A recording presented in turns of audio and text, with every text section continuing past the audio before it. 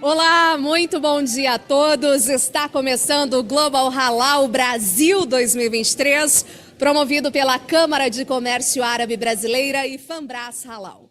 Eu sou a jornalista e apresentadora Renata Maron e convido a todos a ficarem de pé para a execução do hino nacional brasileiro.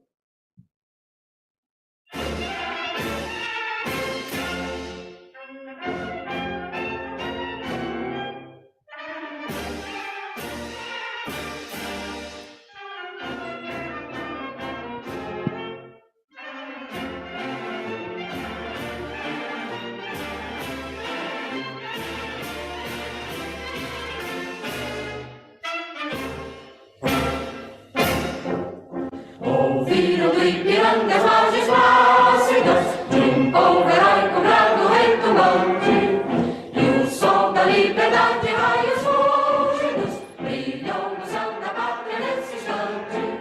Se o penhor dessa igualdade conseguimos conquistar com braço forte, eis que eu sei a liberdade desafia o nosso peito à própria morte.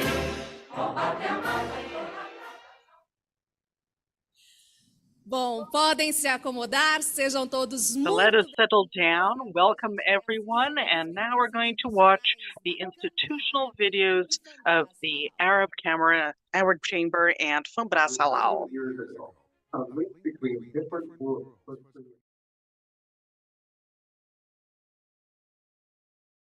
Brazil and the Arab countries, and promote economic, social, and cultural development between regions. Headquartered in Sao Paulo, with strategic branches to the future of Brasilia, Dubai, and Cairo. We are the gateway to expanding and internationalizing your business. With exclusive benefits such as networking, matchmaking, customized consulting, business missions, and technological solutions like the innovative Halal blockchain platform. We support our members to generate business opportunities and expand their commercial frontiers. Arab Brazilian Chamber of Commerce, opening doors, connecting worlds.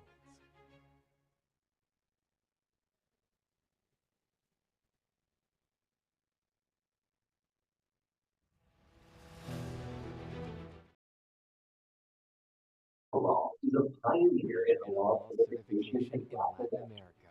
For over 40 years, it's been offering globally certified products that adhere to international halal and food safety standards. The organization has contributed to making Brazil the world's largest exporter of halal animal protein. The work is so recognized through accreditations and acknowledgments from various government organizations and entities in Islamic countries. Being a reference in the field is the result of many years of experience in the market, along with a commitment to the well-being of each individual. Certifying with Fambras Halal ensures worldwide recognition for quality, safety, and reliability.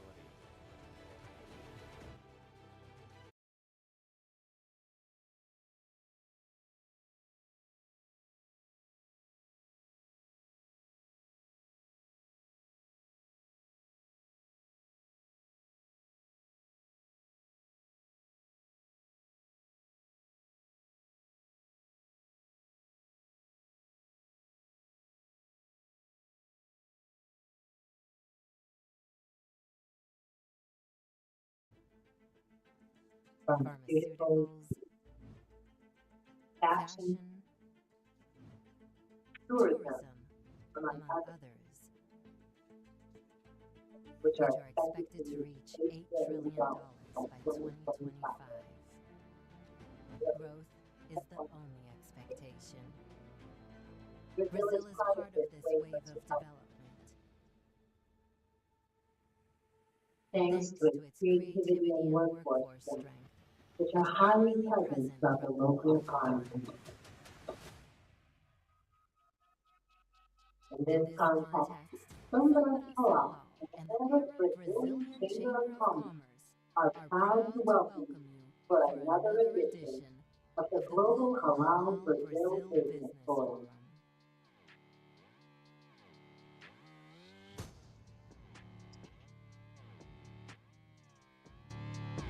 ESG, Environment, Social, and Governance.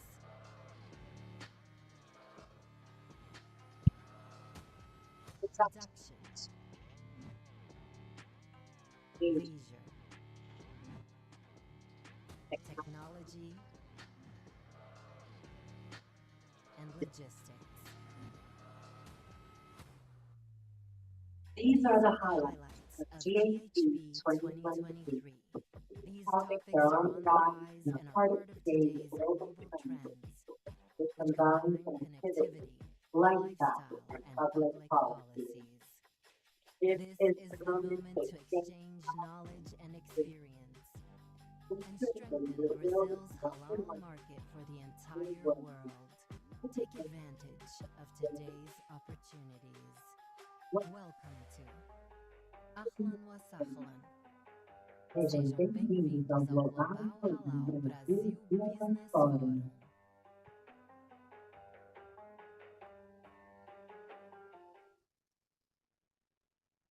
Acho que merece uma salva de palmas, não? I think they deserve a hand.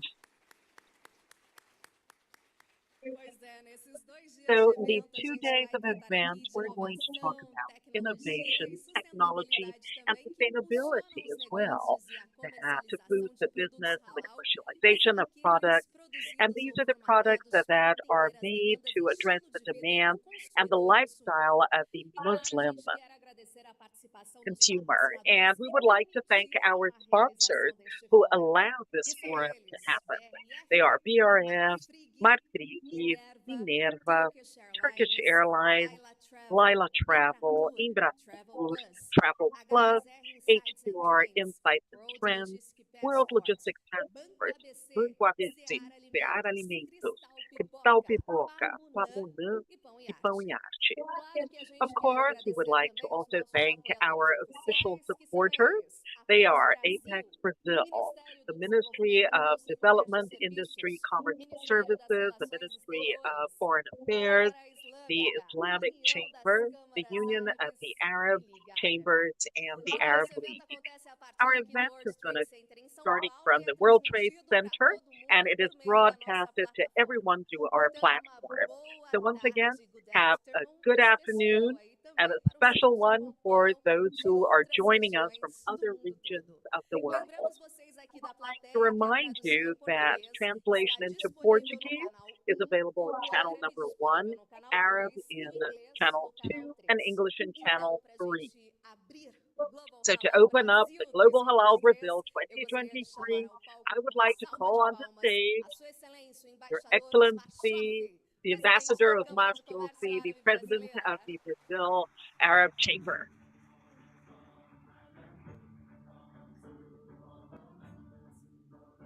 Bem-vindo, embaixador. Welcome, Ambassador. Bom dia a todos. Good morning, everyone, Senhoras e ladies and gentlemen. senhores, senhor Nabil Mr. Adham, Nabil embaixador Anhani, do Reino the do Marrocos Ambassador e of vice-decano do Maracas Conselho dos and a Embaixadores Deccan Árabes, of the por Arab intermédio de quem Board. cumprimento os demais And chefes de on missão, behalf of you, I would like cônsules to e greet the representantes other diplomáticos. heads and Dr. Luiz representatives. Lahoud, Dr. Luis diretor-geral do Lahmoud, Ministério de the Agricultura General da República do Agricultural Líbano. Minister from Yusuf Lebanon, governador Yusuf do estado de Dabion Roraima, from Roraima, Mr. Glauber Piva, Mr. Glauber representante Piva, do consórcio do representative of the Nordeste, por Consortium meio of de the quem Northeast, cumprimento through which as I would demais like to autoridades greet the presentes other no authorities present executivo in e the no executive legislativo. and the legislative. Caros participantes Dear brasileiros e participants estrangeiros from dos Brazil, painéis deste foreigners, fórum, everybody who's participating in patrocinadores, this forum, our senhoras e sponsors, senhores. ladies and gentlemen. De novo, agradeço a Once presença de again, I todos would os like to thank participantes all do the segundo Global participants Halal of Brasil our Business second Forum, Global Halal reunidos nesta Brazil sala, e who também as are here pessoas in que this nos room, and acompanham also pela everyone internet. who is with us on the Em internet. nome de todos no mercado de On consumo behalf halal, of ou all of seja, the halal de consumer produtos e market, serviços products and destinados às services comunidades destined muçulmanas, to the Muslim assim como a community, disposição and de also dividir conosco being able as to discuss with oportunidades us que esse the país reserva ao opportunities Brasil, that we have são in indícios Brazil in this importantes da sector. pertinência They are dos definitely temas part que of nos the ocuparão hoje pertinent e topics amanhã. that we have for today and tomorrow. Halal, as our dear Imam has already said, means what is licit. For the Muslim, it is a series of things that can't be done without overcoming any of their beliefs. When these products are consumed, they become very practical. So, for example, the express prohibition of consuming certain products is care in the manipulation or the handling of those that are allowed. Over the next 2 days, we're going to learn a lot about the different points that have to do with halal. Contribution of Fombras Halal, a certifier that is also a partner in this event together with the Arab Chamber. I would like to thank them, and I would like to greet the President, Mohammed Zombik, together with the speakers in this forum. I would like to highlight that the halal market has some characteristics, and the insertion of Brazilian companies means they have to understand this. This has to be done successfully. In 1977, Brazil started inserting one of the most significant areas of the Muslim market when it started to exchange chicken for oil with Saudi Arabia. And since then, Brazil has become the biggest exporter of halal protein in the world. Today, about 30% of the protein exports in the country are destined to Muslim countries and with certification. So this is a business that moves $5 to $6 billion a year, and it employs hundreds of thousands of people, and it is extremely important for the Brazilian economy, and especially it is a business that has been growing. Today, the Muslim population is estimated at 2 billion human beings, one quarter of the population of the planet, and it moves only in the food sector $1,200,000,000,000 a year in the world. And until 2050, we believe that this population will consist of 30% of the population in the planet. It will demand a lot more food, medication, cosmetics, and other products, also in the financial area. And the data shows that it is relevant to consider necessarily actions that include this market where Brazil already has a significant position. And the statistics of commerce in Brazil have shown that our country in 2022 has become a very important supplier of food and beverages for the 57 Muslim countries in the Organization for the Islamic Cooperation.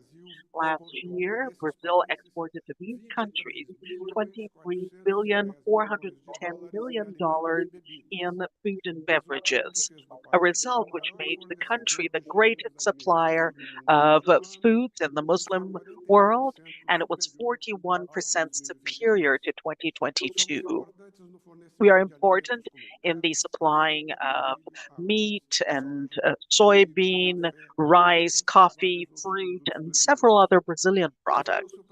And we were also very good and even better than the United States, Australia, China, Indonesia, Turkey, that have an agro industry which is also very competent and specialized, just like the Brazilian one. And all of this is very good, but we still have challenges to overcome. And this is one of the reasons why we are organizing this forum for the second time. We have to diversify the Brazilian exports, including more products that will provide added value.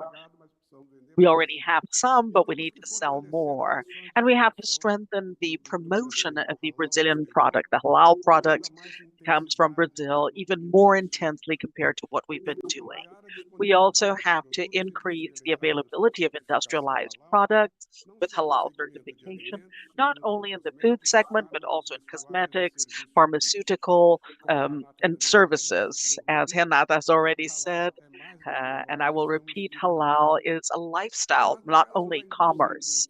And in terms of the food sector, the sector needs to make it a priority to make available these industrialized certified products. Thanks to the work that has already been done in the protein segment, The Brazilian food already has a great reputation and quality and a history of reliability and supplies that are not interrupted, even during the pandemic, so guaranteeing the food safety of the Muslim countries. The generous nature of Brazil still encourages, according to the surveys we've been doing, curiosity due to other tastes that come from Brazil. This has been making the açaí product very successful, the guava and jabuticaba. This is what we have in the markets. And we also have the reputation of a friendly nation, conquered by the diplomatic tradition of Brazil, based on dialogue, the cultural soft power, and mainly the search for agreement and non belligerence that we have in the organization of our services. And of course, I have to mention the great sadness of what is happening in the Middle East and all of the victims. We hope that the norms of humanitarian rights will prevail, the protection of the civil populations, and we hope that one day we will be able to achieve peace and safety for the population in the region. If Brazil is able to have favorable context to the development and projection of the Brazilian halal abroad, it also has organized action to be able to achieve the consumers. In September of last year, our chamber and the Brazilian agency, Apex, started the Halal project in Brazil to encourage the insertion of the Brazilian halal product being promoted abroad and the certification as well. Over the last 12 months, we have made missions, we have participated in fairs like Saudi Halal Istra in Saudi Arabia, Agawfu in the Arab Emirates, Amihas in Malaysia, and 2 weeks ago, Anuga in Germany, where we showed what Brazil has and what's best. We also did a very successful mission with the Ministry of Agriculture from Argelia. I'm going to talk about this later. And we're going to participate in other events like Indonesia. Another point in this halal market, it has made more than 300 companies aware in Brazil about the Islamic market, and it has started the process of qualification in terms of halal certification.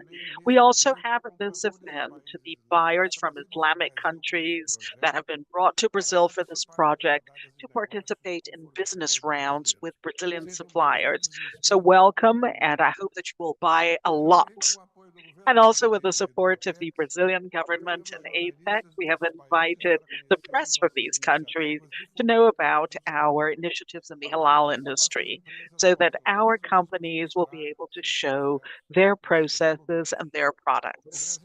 Brazil, therefore, has an integrated strategy to promote the Brazilian halal product in Brazil in the world, and this is with the Brazilian government and private initiative. So this is definitely a great conquest. I would also like to talk about the role that the commercial and agricultural areas have contributed with. They have definitely done exceptional work in the opening of the markets, and there's the example of the recent unlocking of the Argelian market for the Brazilian halal chicken. And Apex Brazil and our chamber and other sectorial activities have also done some relevant positioning processes with international buyers. So it is indispensable for the Brazilian entrepreneurs to consider business opportunities in the Islamic world when they format their internationalization plans. And in this forum, we're going to see companies that already work in this market very successfully, and we can learn with them. Some of them are our sponsors. We will have very valuable lessons for the companies.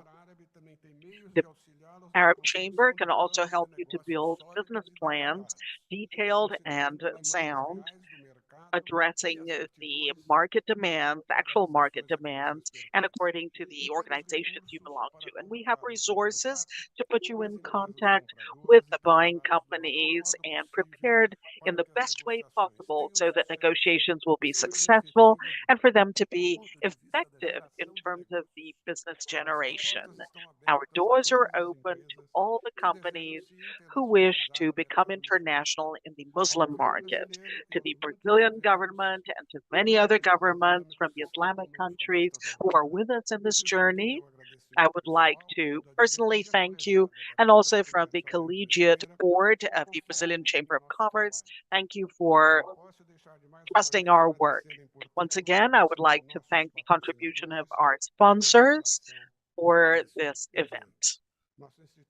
Our institution is available to help to consolidate a very vibrating market for the Brazilian halal production with the participation of our advanced offices in Cairo and Dubai. You can count on us. Thank you very much. Shukran.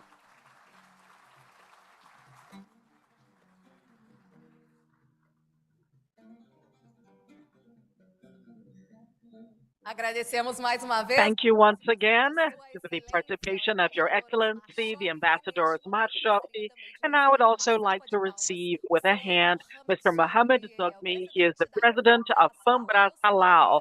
Welcome.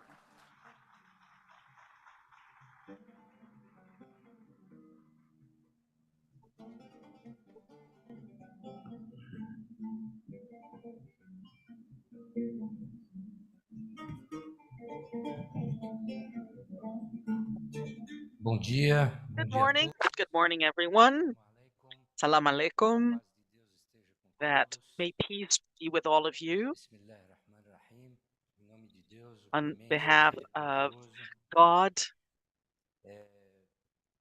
Almighty, I would first of all like to thank everyone,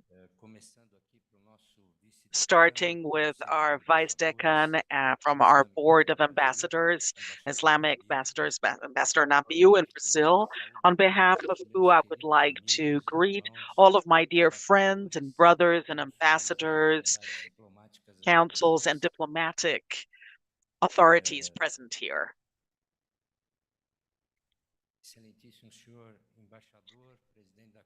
Ambassador, the President of the Chamber of Arab and Brazilian Commerce, you did not leave me many words to say. You were exceptional.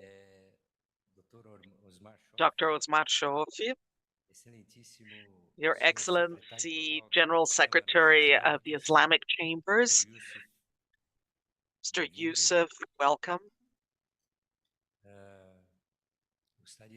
I would also like to greet the presence of the great friend Louise Lahoud, the General Director of the Ministry of Agriculture from the Republic of Lebanon, Mr. Edilson Damião, the Vice Governor of the state of Roraima. I would like to thank you for being with us. My friend Marcos Jorge, a statesman and also from the state that has made our event even better.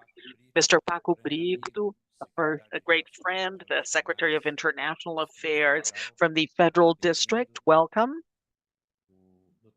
Dr. Ricardo Santin, President of the Brazilian Association of Animal Protein, BPA, a great friend and brother. Congratulations on the work that you've been doing.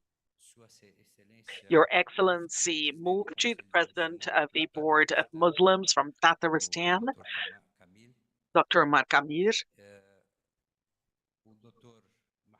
Dr. Mahmoud Al-Bastaki, the General Director of WLP, that honors us with our presence in Brazil. Thank you very much, and all of the group from the MP. Plus the other people present here that I would like to greet. So I am very satisfied to receive all of you in person as well as virtually to participate in the second edition of Global Halal Brazil. I have no doubt that this event that was carefully prepared by Fambras Halal and the Brazil Arab Chamber of Commerce, is already the greatest and most expressive halal event in our country, or even in the American continent.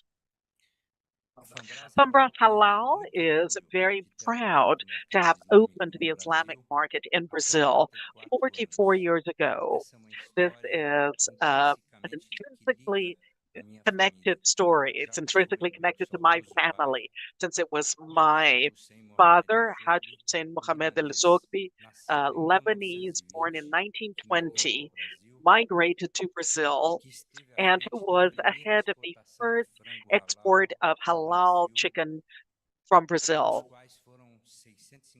It was 650 tons of poultry, where there was a pool that was assembled to address this. And this was sent to Saudi Arabia and Kuwait, coordinated by this great visionary person. And from then on, as everybody knows, this volume of animal protein, plus the other products that Brazil exports to the Islamic countries, it grew very much. And it placed us in a leading position. But that's not the only thing that changed. Since this is a country of Islamic minority, for a long time, many people did not know what halal meant. Many companies who wanted to enter new markets also did not see the halal market as a way of increasing their exports. However, the work of disclosure about the potential and the opportunities we have in this market, an effort coming from entities like our certifying company, the Chamber of Commerce, and the associations, made the search for more technical and qualified information increase significantly. The program of our event is a response in this sense. So, for example, we're going to talk about the sharing of the Islamic consumer, the certification process, the branding, technology, logistics, and finance, amongst many other topics related directly to halal. We understand that there is the need to know more, not only about the opportunities and how to get to this market, but also how to keep acting with maximum excellence, strengthening also the trust in the Brazilian product. For everything that was exposed, I emphatically recommend that all the participants pay attention to what our speakers will generously share in these next 2 days. I have no doubt that we will come out of here full of content that will make a difference in our daily routine, in the companies where we act, and together, we will also strengthen the Brazilian economy with the generation of jobs and with limits and several benefits. Before closing, I would like to say how thankful I am to everyone who made Global Halal Brazil a reality. The partnership of the Brazil Arab Chamber of Commerce, the teams from the Chamber as well as from Fambras Halal, and the authorities and specialists in Brazil and from several other countries who are here. This joint effort will definitely generate a good result. I would like to thank all of the sponsors and supporters who actually made this event become something real. I would also like to add something that is very important. This time about the very sad global context that has been affecting all of us, the conflict in the Middle East. We would like peace to prevail, and we would like human life to be preserved, something sacred to the Muslims and to Islam. We'd like it to be considered above any difference. This is a constant request in our prayers, and we assure that for God, nothing is impossible. Salam alaikum.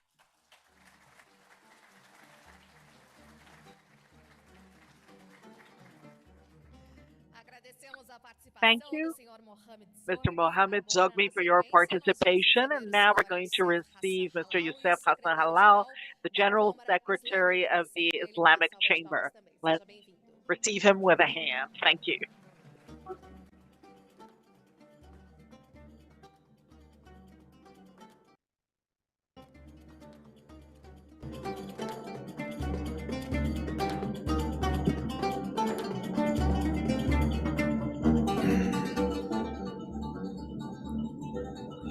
بسم الله الرحمن الرحيم.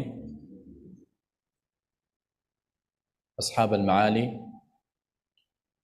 السفراء الكرام، أصحاب السعادة، الحضور الكرام من داخل البرازيل ومن خارجها ومن خلال البث. Hello from everyone in Brazil and outside Brazil. I am very happy to be here with us in the inauguration of this important event. It's important for everyone, and it's important for us in a special way here in the Islamic Chamber of Commerce. It is the greatest representative of the Muslim department in the world. Today we are meeting to talk about halal in its commercial dimension. And this is in the business world, and it represents one of the greatest bridges. This is our view for halal. Halal is an important bridge for mutual respect and constructive communication and commercial relationships based on cultural ties. Brazil was able to present one of the best stories of success. And it is not the first story. There were other stories that were mentioned by our friend Mohammed Zobi when they mentioned the story and the migration of his father that represents the migration of all these Arabs to Brazil. That's one of the most beautiful success stories based on mutual respect and the reciprocal benefit for both sides. So today we live in a world full of challenges and crises that increase on a daily basis. And today we see the crisis that we have been following on TV. This is only one aspect of hundreds of manifestations of the crisis, based on the fact that there is no respect between human beings. And then comes the story of halal, representing a beautiful story showing how Brazil was able to present one of the best examples of success starting in the 70s when they sent the first load of poultry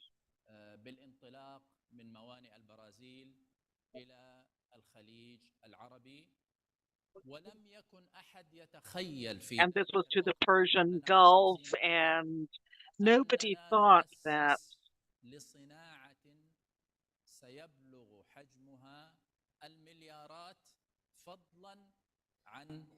and this is for billions of dollars or trillions of dollars. but I assure you that in my detailed vision about the halal opportunities around the world, until today, we have not gotten to the standard that we would like to have in halal. So I'm going to give you an example so that my conversation does not become exaggerated. Brazil is proud to be a country that exports halal meat. And this is the raw material. It's a raw commodity. And the protein is only the tip of the iceberg of this industry that is based on hundreds of places around the world to produce hundreds of products and tons of halal products. So we have thousands of components that go into the composition of the food production.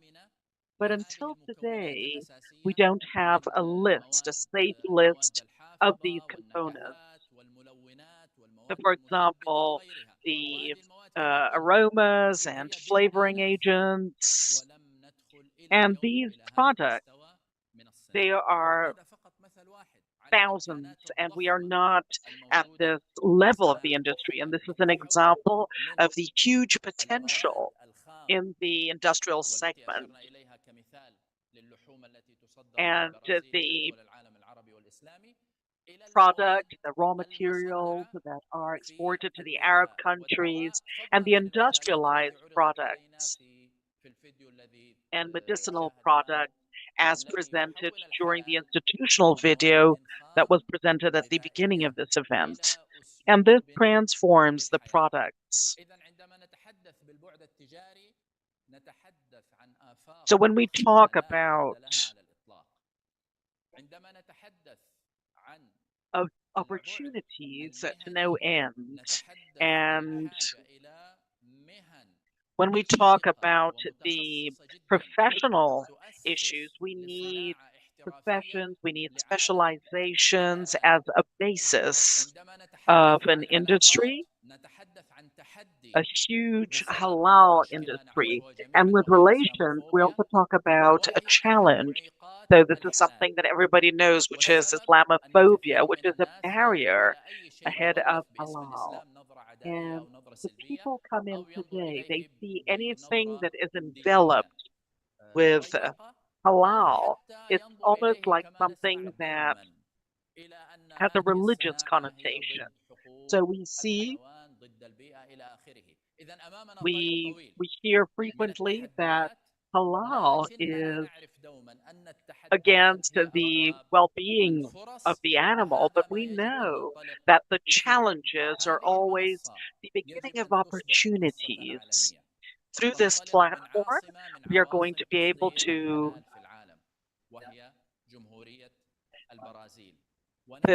we want Brazil to be a launch platform for the launching of a very strong halal product with great national support and great sectorial support as well, public and private.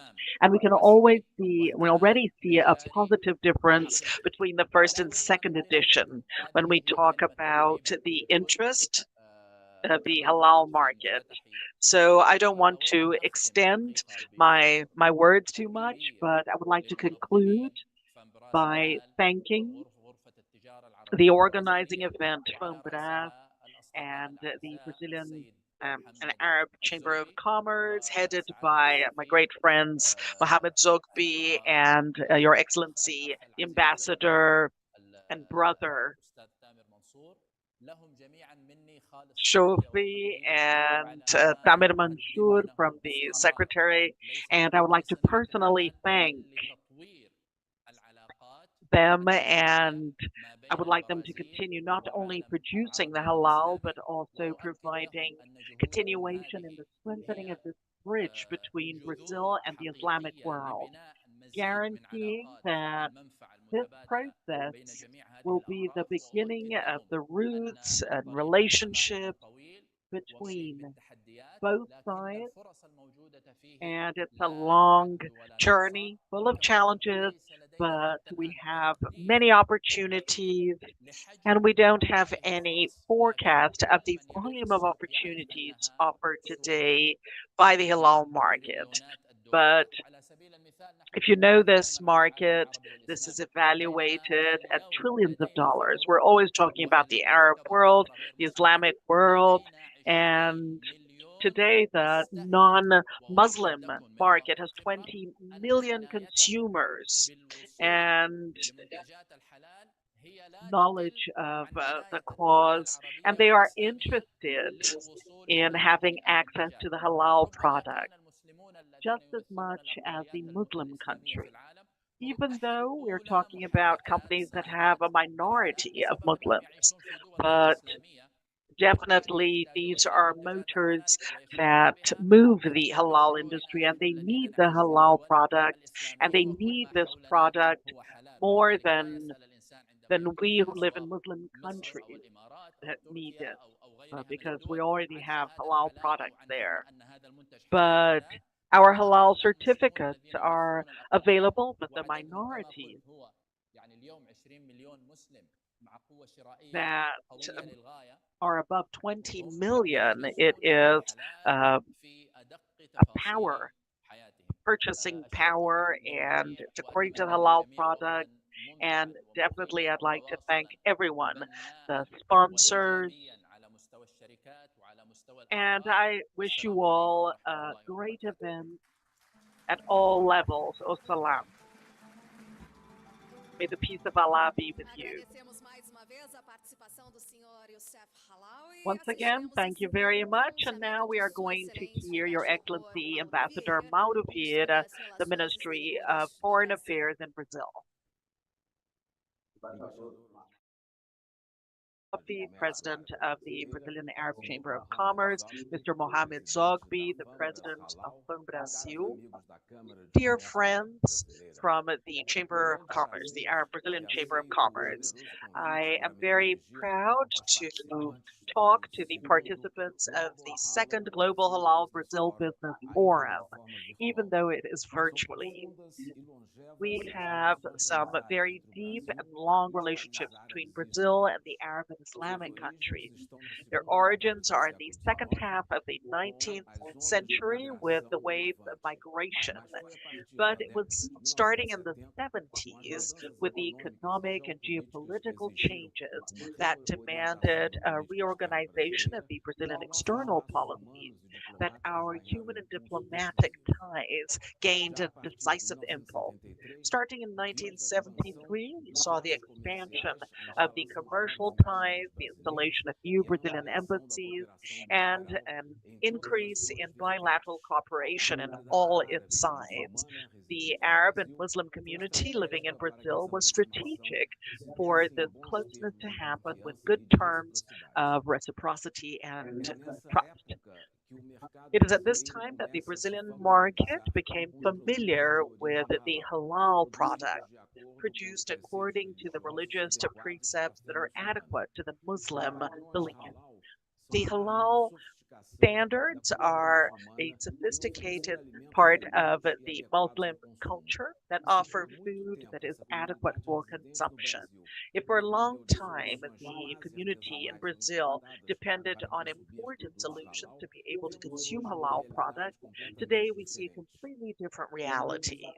As a result of the effort of Brazilian products to adapt themselves to the needs of our Muslim partners, Brazil today is the greatest global exporter of halal foods to the countries from the Islamic Conference organization. And first of all, it is very good for the Brazilian economy because it talks about our very strong ties, and commercially as well, because it's an effort of cultural and human approach promoted by the Brazilian diplomacy, and this has definitely brought results today. Today, the main Brazilian exporting companies that export foods, they have invested in specific procedures to comply with the halal rules, benefiting as national certifiers in Brazil that attest to the integrity and the quality of Brazilian production. And there is the trust of our clients. As we know, the halal culture is not limited only to food.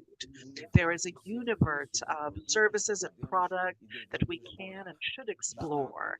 I would like to highlight the areas of cosmetics and fashion with a huge growth potential between Muslim countries. And for this, I always have the very valuable support of the Brazilian Arab Chamber of Commerce and other entities of the community, and with the effort of each of you. You also count on the work of the Ministry of Foreign Affairs and the promotion of human, culture, and commercial ties between Brazil and its partners in the Arab and Muslim world. Thank you very much.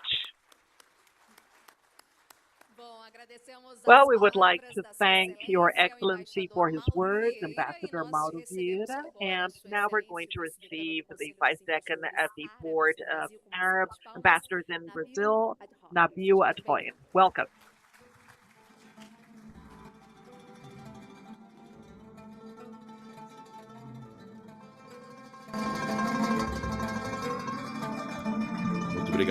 Thank you very much. Good morning, everyone.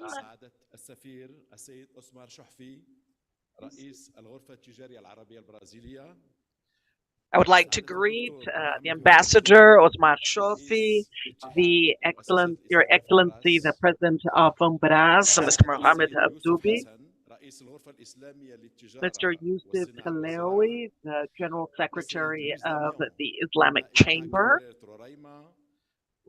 and Mr. Damião, the Vice Governor of Roraima in Brazil, Mr. Luis Lahud, the General Secretary of Agriculture at Lebanon, and on behalf of the Board of Islamic Ambassadors in Brazil, I would like to thank the Brazil Arab Chamber of Commerce and the FONBRAS for organizing the second part of the forum that there are huge horizons for halal and the importance of this partnership. The participation of the Board of Ambassadors and Islamic Ambassadors in Brazil expresses our support that always connects us with the Brazilian Arab Chamber of Commerce, and our intention is always to participate with the work of FONBRAS, and FONBRAS has always reinforced the economic relationships between Brazil and the Arab countries.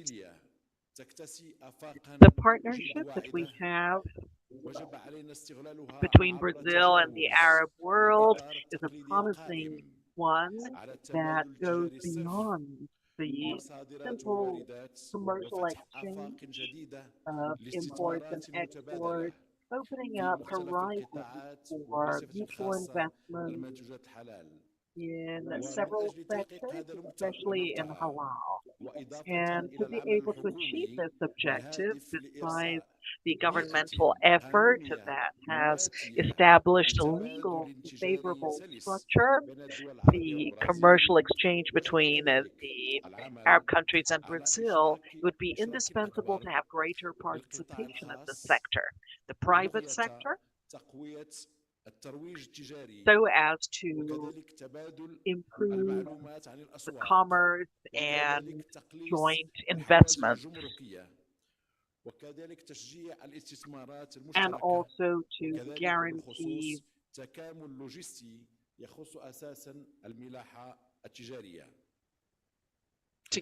all the commerce.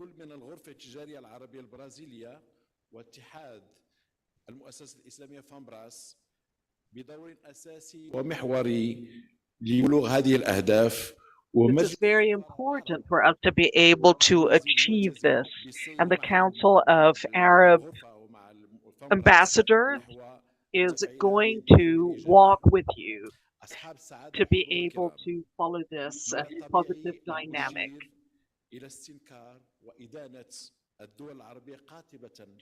And also all of the Arab countries.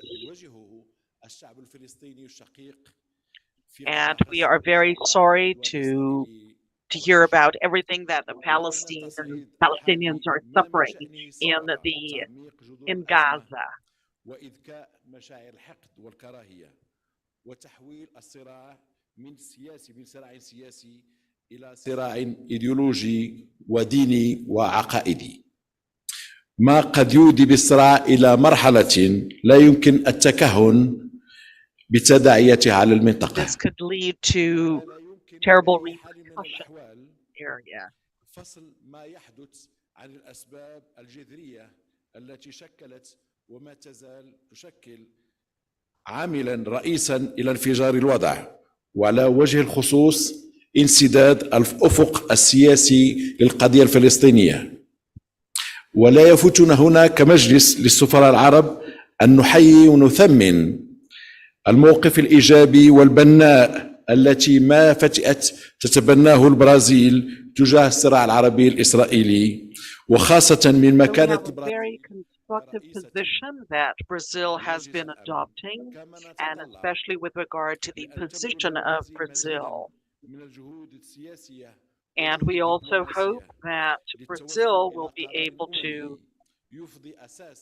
achieve a resolution that will lead to the protection of the civil population and medical help, as well as food for this population and the international community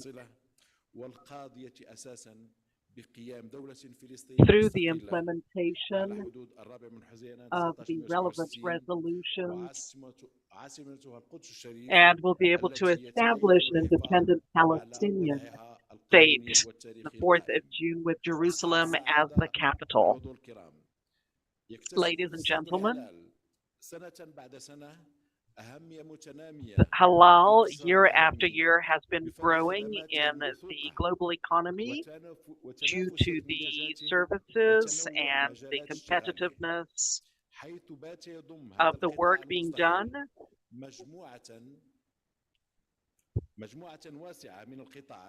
This group is definitely a group of sectors that are involved, and they are supported and financed by Islamic parties, including tourism, also fashion, and trillions of dollars. So this is the total amount of Islamic businesses, with the food sector occupying the first place. And also in the commerce, 30% of the world commerce is made up of the halal sector. And in Muslim countries and non-Muslim countries, as Mr. Yusuf of Halal has said, studies show that the growth of the halal market is up to 10% in 2023, and this proves that the halal economy has been growing in a sustainable manner,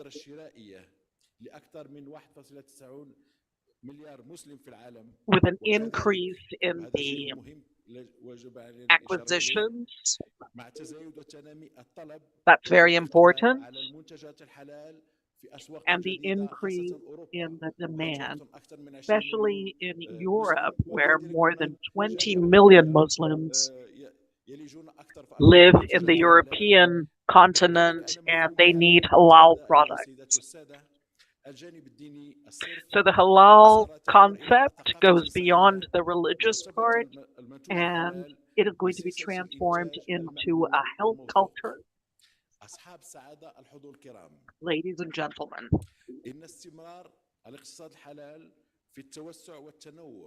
The investment in the halal sector has also grown.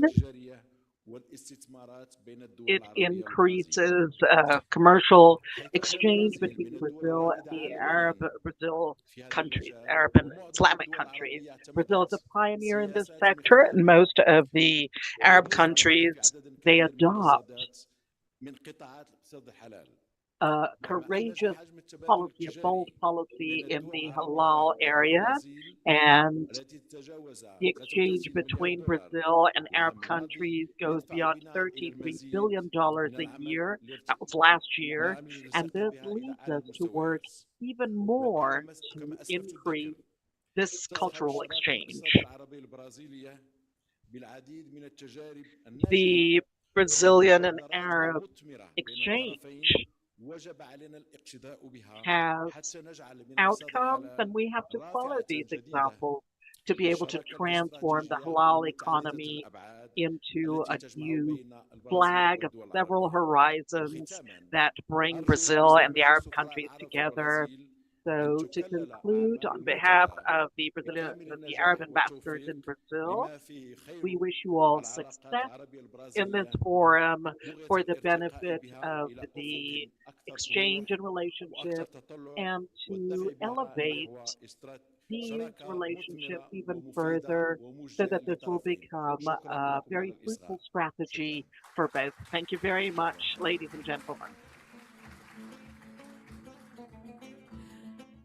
Thank you very much. Once again, we would like to thank Your Excellency Nabil Al-Khoury for his words. And now we are going to hear Mr. Thani bin Ahmed Al Sayyoud, the Ministry of Foreign Trade for the United Arab Emirates. Dear ladies and gentlemen, may the peace be with you. I would like to start by thanking the government of the Federal Republic of Brazil for holding the Global Halal Brazil Forum.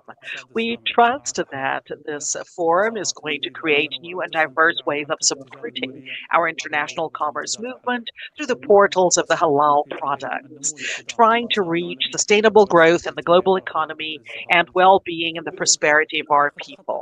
Honorable people present, the halal commerce is going through a moment of continuous growth due to a growing demand of consumers around the world because of its elevated quality, which makes it a very attractive segment for investors in different assets and services and products. And today, the value of the halal commerce in Brazil is estimated at more than $2.2 billion. And the halal products represent 3.7% of the total global commerce, and these are numbers that are growing. And in the light of these facts, we would like to encourage the focus on the strengthening of partnerships in the economy, and we invite you to take advantage of everything that we provide, and the impact of growth in the global economy would be huge. We need to support pioneering ideas and emerging projects in the halal industry, and also provide all of the possibilities and tools to be able to develop this. I would like to use this occasion to highlight the fruitful link between the Arab Emirates and Brazil, and we are living through a moment of continuous growth in all sectors with the generous support and care of the leadership of these countries. Our participation in this event is the desire to strengthen our ties of that of Brazil and other countries, and we would like to move to new horizons of great cooperation and the creation of opportunities for entrepreneurial communities, as well as exchanging knowledge. The United States have adopted pioneering initiatives to increase this area and the halal industry, and the country is leading regional efforts in this area, and the halal system in the United States is one of the most developed in the legislative as well as regulation aspect, and we are ready to share our experience with the countries who want to benefit from this sector. The pioneer experience in the United States has been reflected in its international position, and according to the Islamic Economy Global Report, the Arab Emirates have maintained advanced positions because they occupy the third place in the world in terms of economy and fifth in the Islamic financial sector with Sharia. And it has occupied the fifth place and first place over here, fifth in the tourism of halal tourism, and eighth place in medication and cosmetics. So the Arab Emirates, they occupy these places. So we renew our appeal for the strengthening of the cooperation, and we will have sustainable development, the need to explore new markets, and that will accommodate the flow and volume that is in a promising sector. And we would also like to use the development of this industry in a sustainable manner. We are sure that the Brazil Global Halal Forum will contribute to bringing together different partners and improving the policies that will support the halal industry, encouraging more global investment.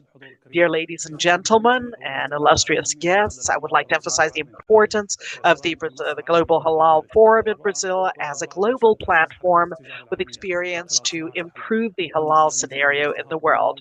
I wish you prosperity and growth in the Republic of Brazil. Thank you very much. Salam alaikum.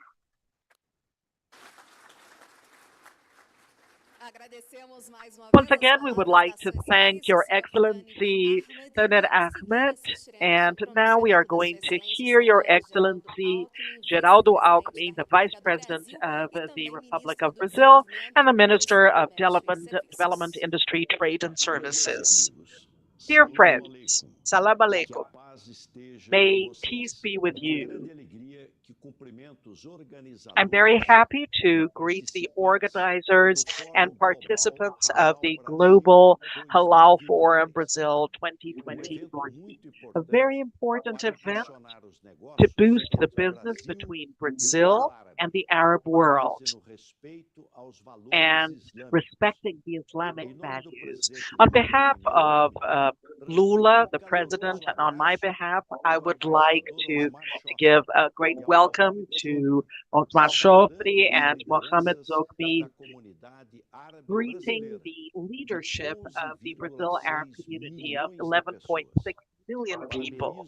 I would like to congratulate FAMBRA and the Arab Chamber for the cooperation with our states for the dissemination of the halal practice from food to tourism. Brazil has a political and economic relationship that is very mature with the Arab world, based on respect, balance, and reciprocal gains, generating employment and revenues for our population. And this has been boosted in the Lula presidency when he recognized the importance, the strategic importance of the Middle East for our economy and the participation of Brazil in the construction of a peaceful and prosperous world. The commerce between Brazil and the Arab countries has achieved 163 billion, and out of the 15 facilitation agreements for investment that we have, 2 are with Arab countries, Morocco and the Arab Emirates.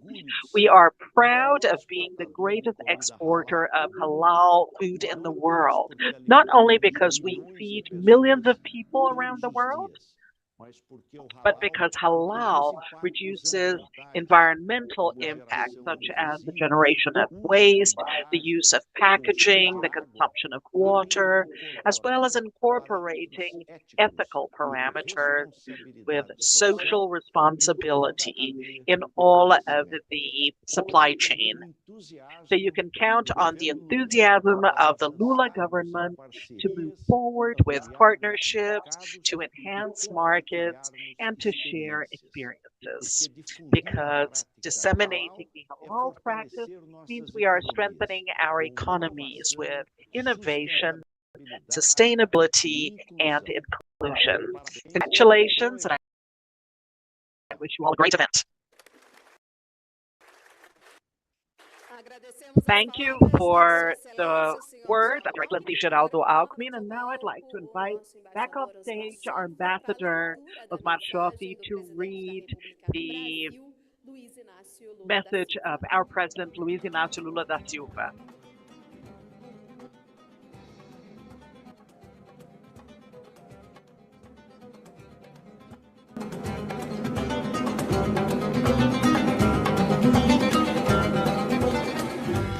President of the Brazilian Arab Chamber of Commerce, it's an honor to be able to transmit to you the message from Your Excellency, the President of the Republic, Luiz Inácio Lula da Silva, directed to the event and all its participants.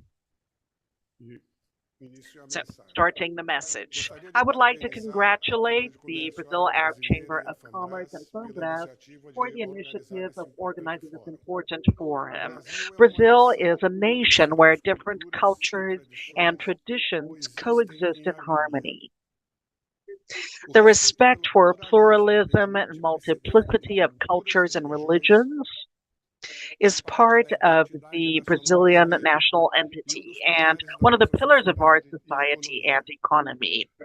And we are grateful for the inestimable social, economic, political, and cultural contribution of about 12 million Arabs and their descendants that we have in Brazil.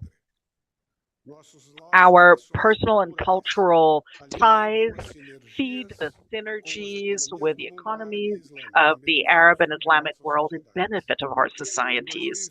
In 2022, the Brazilian exports to the Arab world reached a record of $17,400,000,000.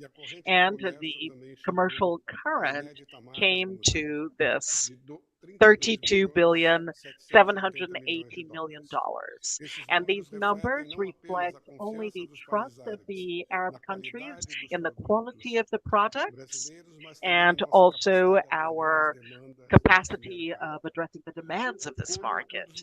As one of the greatest producers of food in the world, especially protein, we have the vocation, the capacity to provide the global world with very high quality halal products according to the Islamic culture.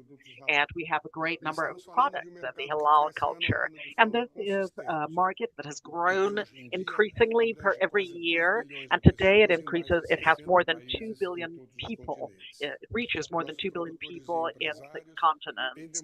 Our producers and entrepreneurs have had a great commitment to innovation and sustainability.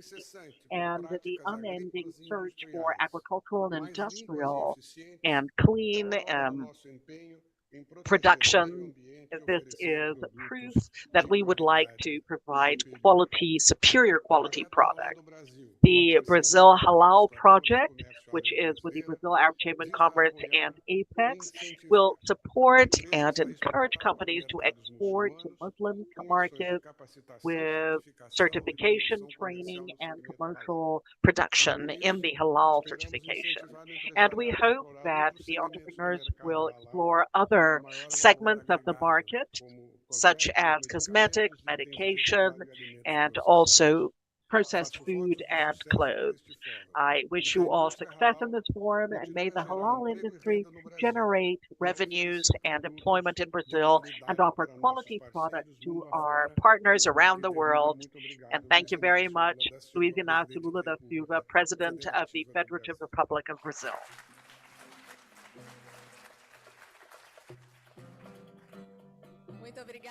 Thank you very much, Ambassador. I would like for you to come back on stage so that we can invite Mr. Mohammed Zogby so that both of you can stay with us on stage to now give an award to all of the authorities that participated in the opening of our event.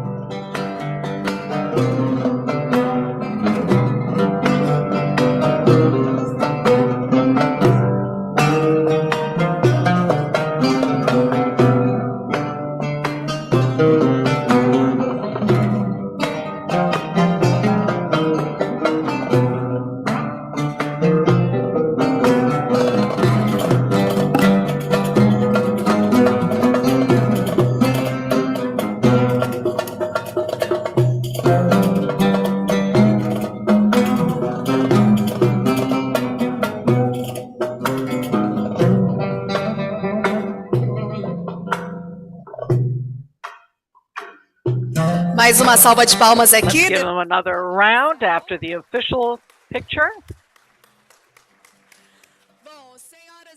So, ladies and gentlemen, we have concluded the opening of our Global Halal 2023, and now we will launch the translation into Portuguese of the book Almud Kidma from Ibn Khaldun. This has been written centuries ago, and it still provides a significant and long-lasting impact in the understanding of sociology. And the ideas and concepts presented by the Tunisian Ibn Khaldun still inspire and guide the academic world, molding our knowledge about civilization, social changes, and also the nature of the story. So to participate in this event, we would like to invite onto the stage Your Excellency Mr. Hubin Tanoun, the Honorary Consul of the Republic of Tunisia, as well as Your Excellency, the First Secretary of Tunisia and Brazil, Kaysar Khataraoui.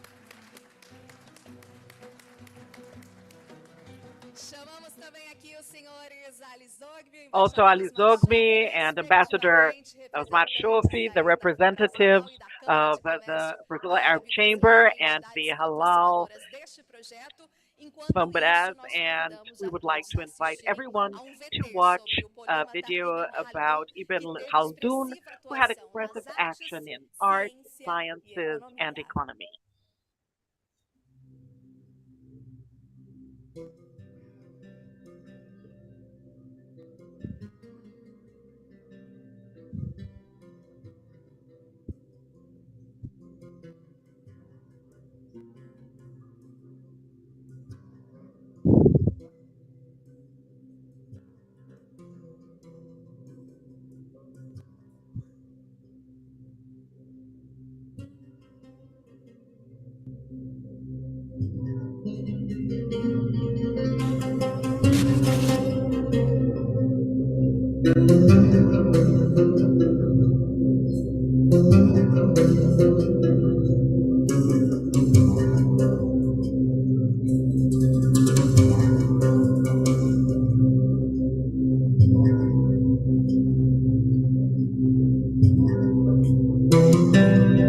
I studied economics in college when I was young, and I learned there about a man named Ibn Khaldun, who lived 1,200 years ago in Egypt. And 1,200 years ago, he said, in the beginning of the empire, the rates were low, the tax rates were low, but the revenue was great. He said, in the end of the empire, when the empire was collapsing, the rates were great and the revenue was low.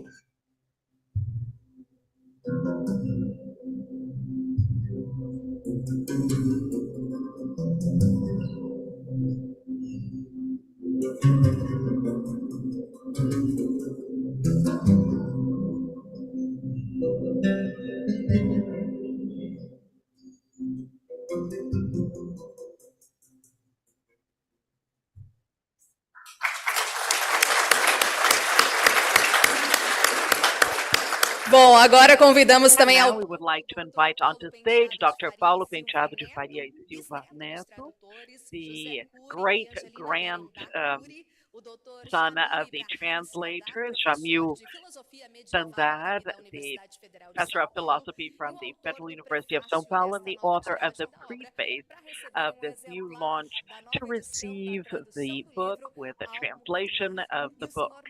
And Mr. Marcelo de Paula, responsible for the review and update of the translation of the work. Let's give them all a hand.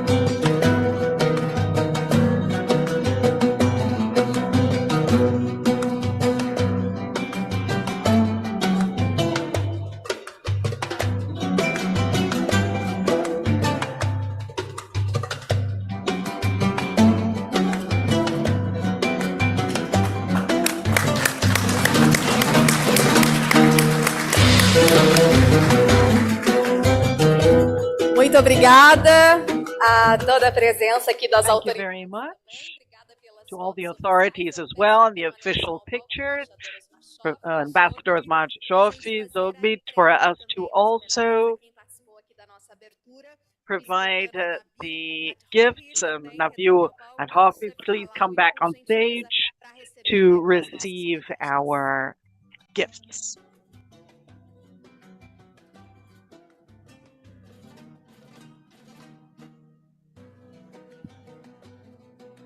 So here onto the stage, I would like to invite Yusei Halal and Nabiu Adhop to receive our gifts, please.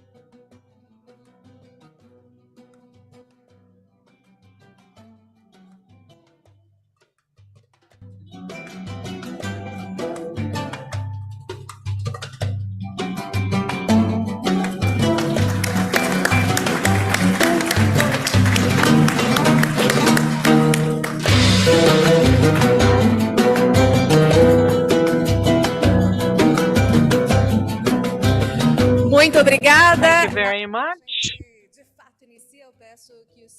I would like to ask Mr. Zogby to stay here because until the 2030, the Muslim population is going to double, more than the world population. And the sectors of food and beverages will be responsible for $2 trillion until 2025. So, and then we will have the trends. The Vice President of Fambras Halal is going to talk about the trends and opportunities in this market. Welcome.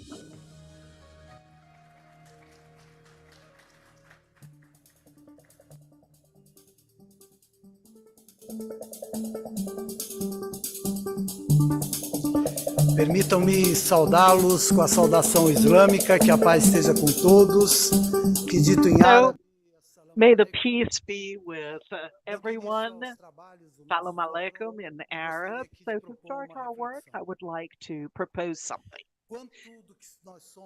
Everything that we are today, there is the contribution of religious traditions. The immediate answer, there is no way of dissociating what we are today with the human civilization and these contributions in our history.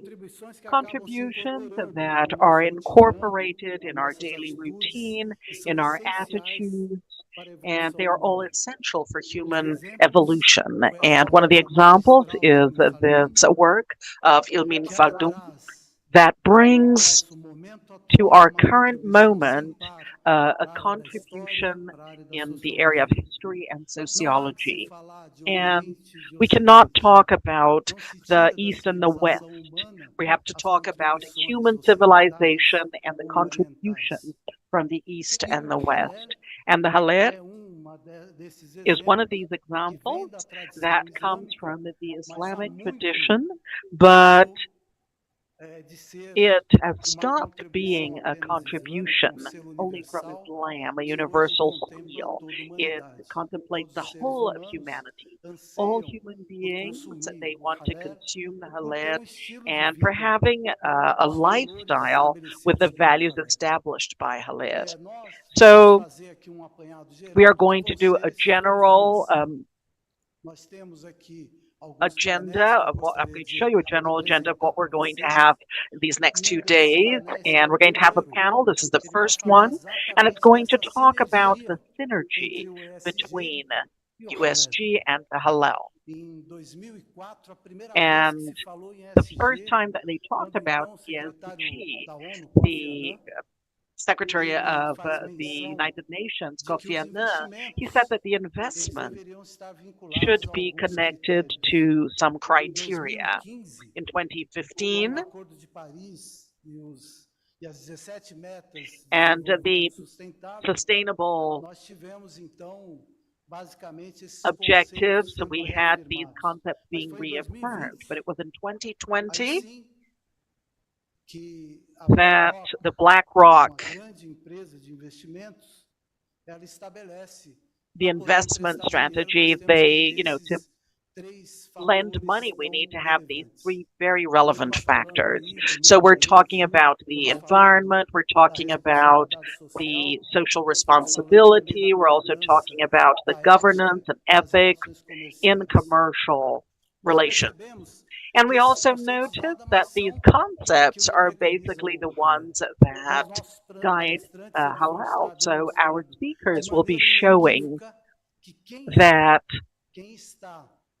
if you are effectively with the halal skill, you have the trajectory into the ESG world. And it's good for the world to actually look at this. The second panel, we're going to talk about the added value of the halal product to the consumer. Actually, this profile of the consumer is going to be approached by our guests in the whole world today. This is based on surveys that the consumer has become conscious, aware. He wants to look at the parameters that they're consuming.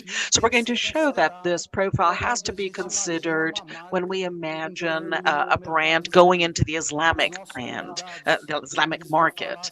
So our guests are going to talk about the importance of training as well, of knowing this target public and who these consumers are, what the characteristics are, what distinguishes them, of course, based on cultural issues. Muslim consumer in Indonesia is very different from a Muslim consumer in the United States.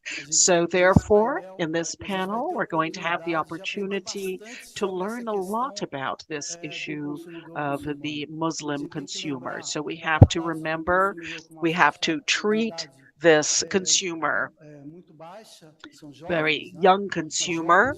They are younger today, but they're very aware. And in the third panel, we're going to talk about technology boosting international business. And this panel is going to bring a true revolution. So it's really very important to follow this panel because it brings the digitalization process and at the same time, the very fundamental traceability. The word trust for Islam has a very special meaning. It comes from imagining what it was to live in the Arab Peninsula in a terrible place, and there was no difference between life or death. And this trust was established in the halal certificate. And now modern technology brings this trust to other areas. So you have to see it to believe it. And the processes of traceability and certification, they will definitely be contemplated in this panel, the way that we never saw this. And the production processes are completely followed up, and there is a great possibility for us to follow all of these processes and procedures. And you will hear about two things, the ELO system and the Eco Halal. And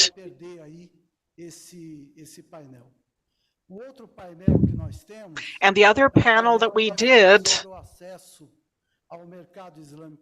this is the panel that will talk about the access to the global Islamic market. We're talking about distribution centers, logistics centers, things that will facilitate the investment processes. Everything that we're talking about in the panels, this follows a reduction of costs. And today, I think there is the possibility and the opportunities to be able to reduce costs by seeing the logistic processes better.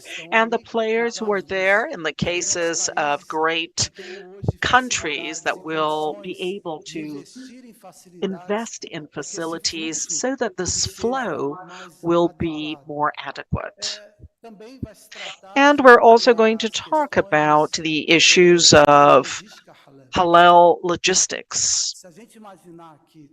So if we imagine that maybe the great problem that we had recently, the pandemic, probably cross-contamination was what produced this pandemic. So halal has a way or has a premise of avoiding cross-contamination. So definitely in this panel, we will also talk about the importance of, in logistics, paying attention to halal issues. Panel number 5 talks about tourism, entertainment, and innovation. And I would say that it is an effort for a peace culture. And respecting the difference, this is one of the greatest premises of Islam. Tourism beyond, talking about $2,008 billion that move Islamic tourism, plus the financial issues and respecting the differences. So this is not only for Islam, but knowing how to receive people from different cultures and religions. This has to be a premise in this nation, in this multi-ethnic nation that probably has diverse social tissue, and that's a great asset. So we are going to talk about this market. We're going to talk about the Brazilian destinations, and we're also going to talk about what is being done here in the state of São Paulo. I would say it's the first Muslim-friendly state. What is Muslim-friendly? It means receiving people who are going to, they have a Bible or a Torah or an Al-Quran now in the room, and understanding or noticing or having information about where Mecca is and where they're going to pray. And it's probably not only for Islam, it's for all of the religious manifestations. And to conclude, we have to talk about the Congress, the Technical Scientific Congress. I was surprised,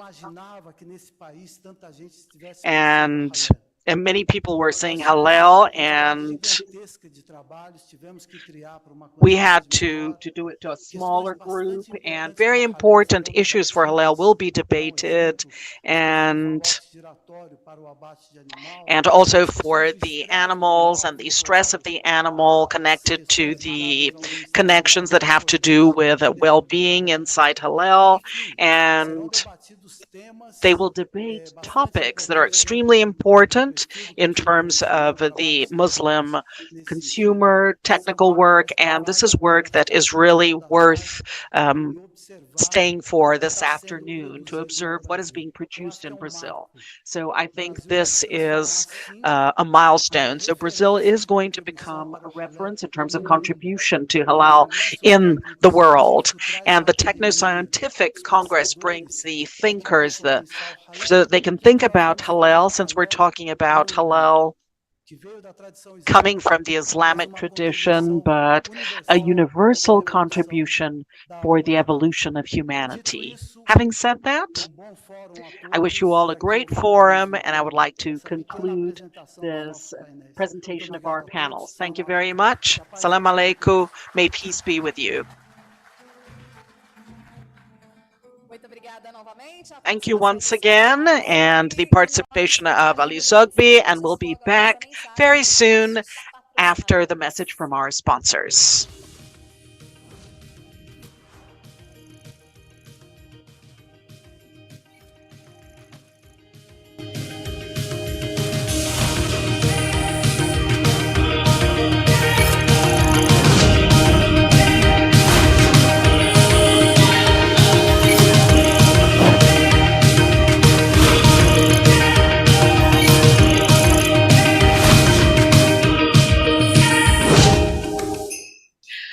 nós teremos agora uma sessão So now we're going to have a special session that tells the story of success of BRF in the halal market, global market. We're going to receive Mr. Leonardo Dalorto, the Vice President of International Markets and Planning for BRF. Let's give him a hand.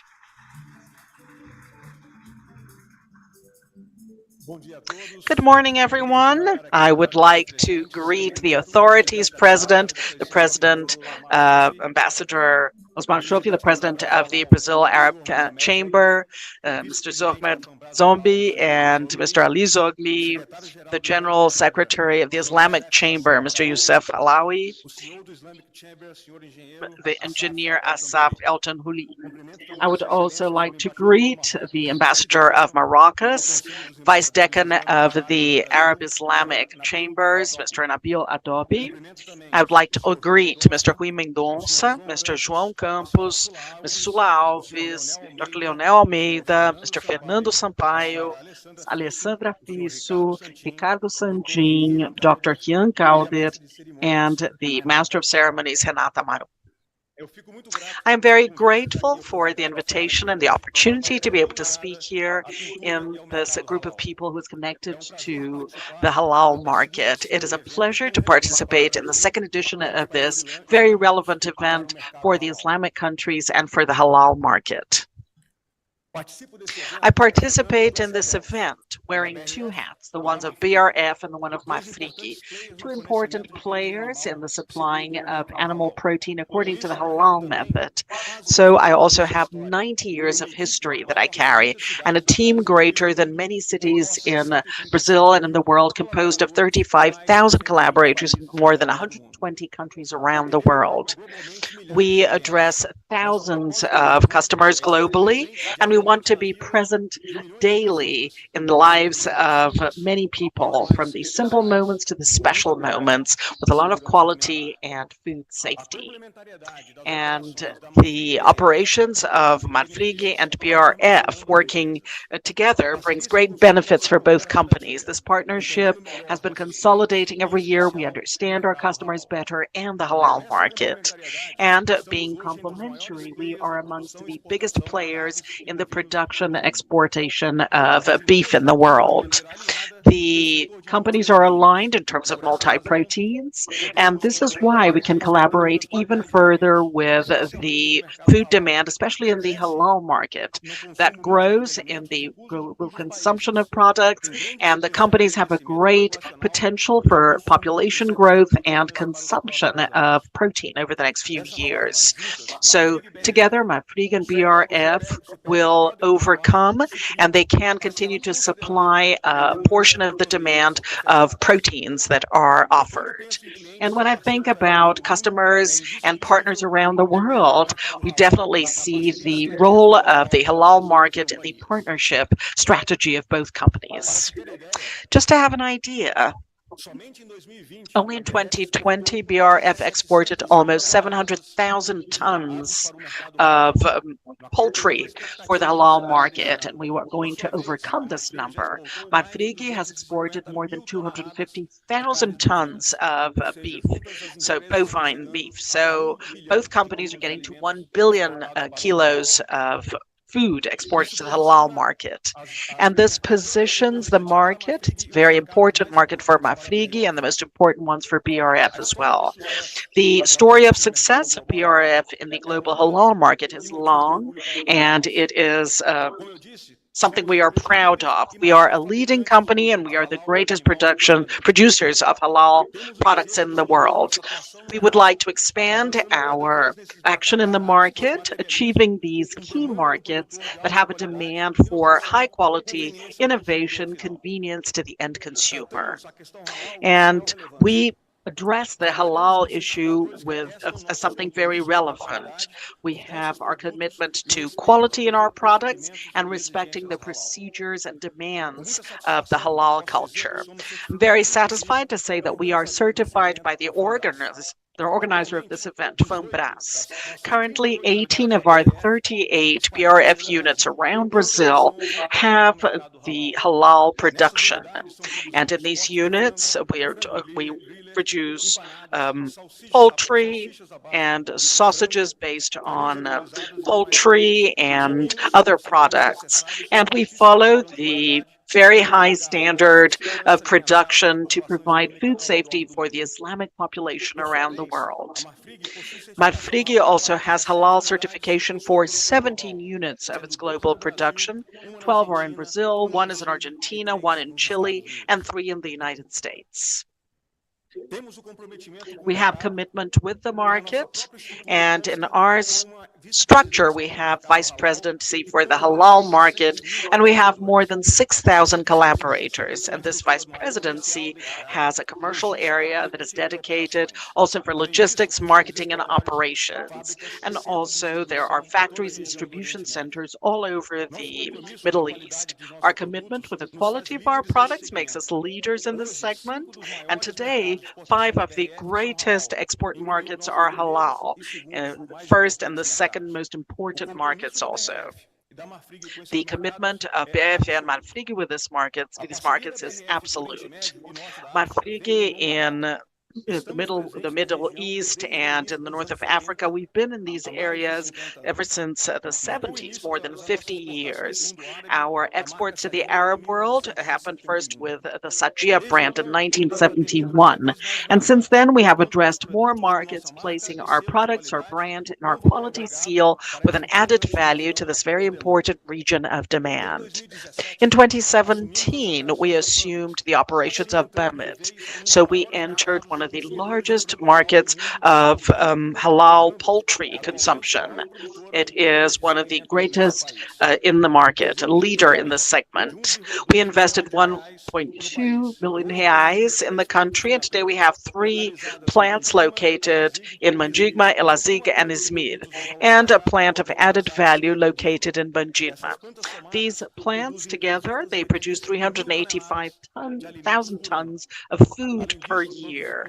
And besides that, we have corporate offices and distribution centers in the country as well. Together with our plants, we employ more than 4,600 people locally.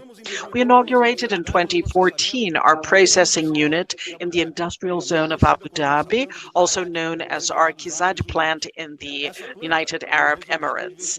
And this is the result of more than 800 million reais that have been invested trying to get local production to the greatest markets in the company. Today we have the biggest processing plant in the Middle East, producing more than 2,000 tons of food, and we can get up to 80,000 tons. And we have more than 500 employees between the distribution center, the corporate center, and the factory. In Saudi Arabia, we announced in 2022 the inauguration of our plant in Dammam that will be able to produce 15,000 tons of food per year. So this closes a cycle of investments starting in 2021 with about 100 million reais allocated. And it's also a local food processing plant in Al Shakira in 2021. With these industrial assets, we prepared our business to be able to increase the capacity addressing the local demand beyond the increase in market share, and we're also adding categories and subcategories of added value. We also have a presence of the halal products in Asia. Singapore is one of the greatest receiver of our exports. We have a commercial office there, and we have other significant markets in the area, like in Malaysia and Indonesia, and several other countries where most of the population is Islamic. In the case of Singapore, although it's not a requirement to access the market, we make a point of exporting products with a halal certificate, demonstrating our commitment to the quality of BRF products and respecting the Islamic population in South Southeast Asia. So we go beyond our partnership. We also have sponsoring in the Islamic community. So we donate half a ton of poultry, halal alfambras, to contribute to the Islamic project against hunger and combating hunger and poverty. We also contribute to this project. We sponsor several fairs around the world and in the halal market, and we have the forum Global Halal that we are sponsors of for the second consecutive year. And we're always working to innovate and maintain our brand as a leader in the halal market. When we talk about poultry and marinated protein and whatever is used locally. We also invested in nuggets, and we decided to double, our strategy was to double the products sent to the region. And this shows how we are addressing the halal culture in this market. We are not leaders by chance. Our long history of partnership and trust, we have invested in the past, in the present, and we will invest in the future. And this places us in a position, and we're very proud of being the greatest halal producer in the world. We understand the importance of remaining as a trusted partner, collaborating to ensure the food safety of the Islamic population around the world. Thank you once again for the opportunity. I wish you all a great day, a great event, and tomorrow I will be here in panel number 4 about logistics. I hope you have a great event. Shukran.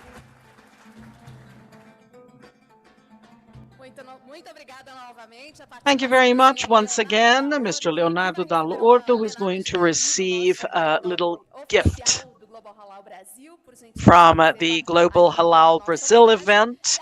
And now we're going to have a 15-minute break, a coffee break that will be served in the main hall of the event, and we'll be back right after this. See you in a bit.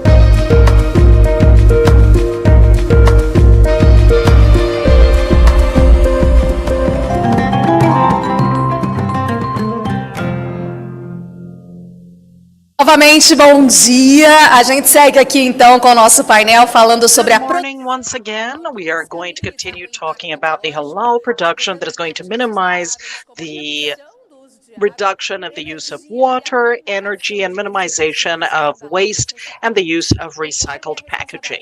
Of course, social responsibility and the ethical practices are very important for the halal market. Also, the just treatment to the workers, equality of gender, and the well-being of the whole supply chain. So in the next panel, we're going to talk about the ESG practices that are aligned to the halal values.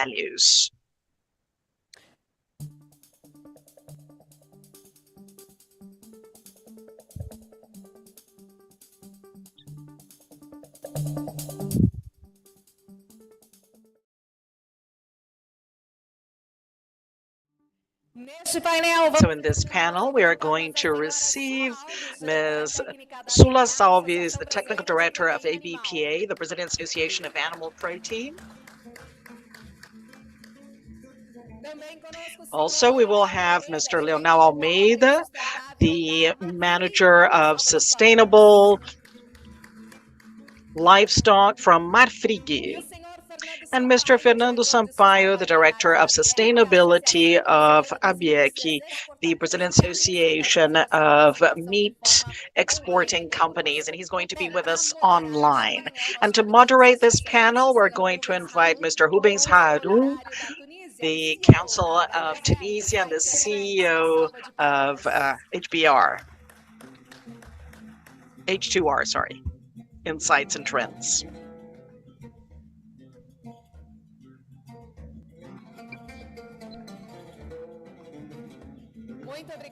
Thank you very much to all the participants in this panel, and I'm going to give the floor to Mr. Rubens Haroun. Good morning and welcome once again.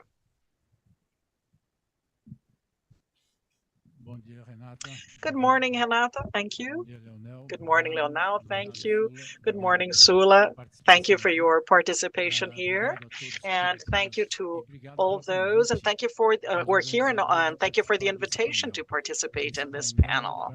And this panel is a privilege to participate in so that we can reflect upon halal and its convergence to ESG. So very quickly, just to tell you a little bit about the connection that I learned about having greater contact with halal, the Islamic world, and I began to understand a little bit more what halal actually was, and I noticed that going beyond all of the different criteria of certification, halal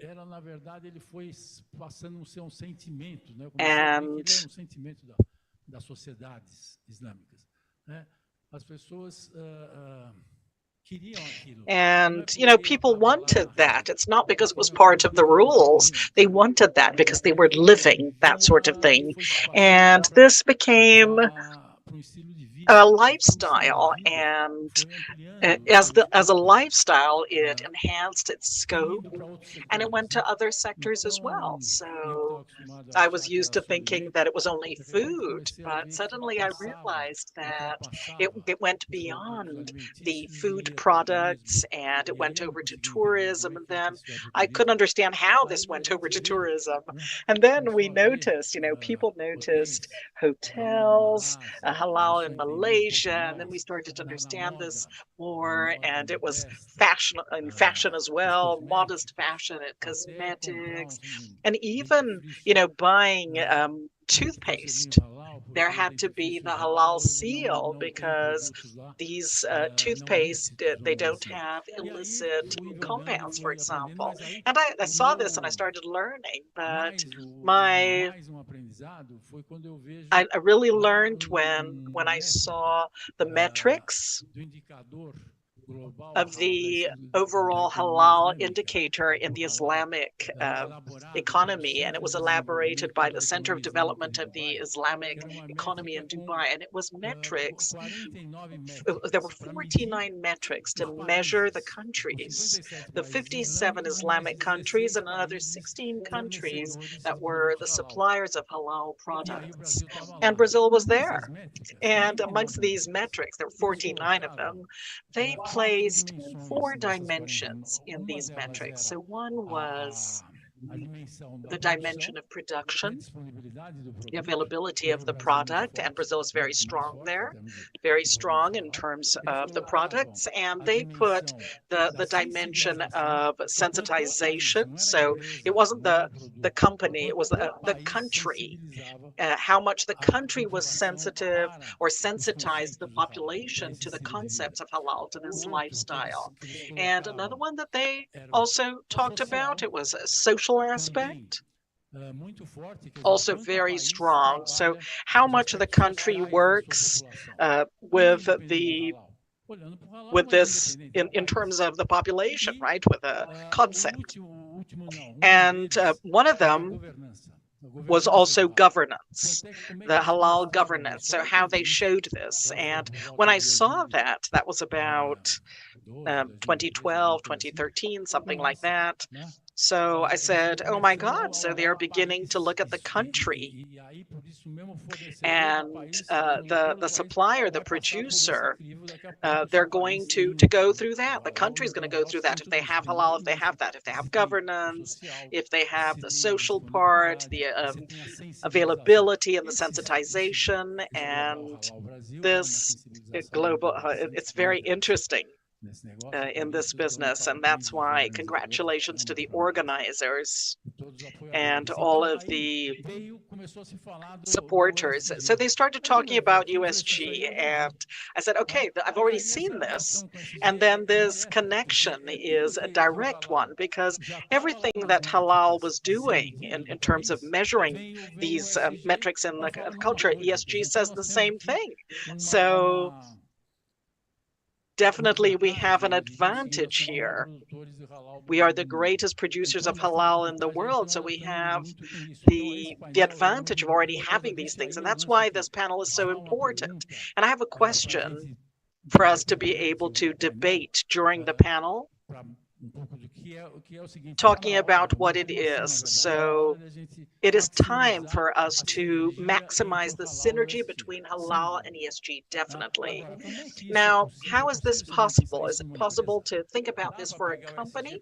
Can we get ESG and put it together with halal, and then it's the ESG and halal company? Can we do that in a sector?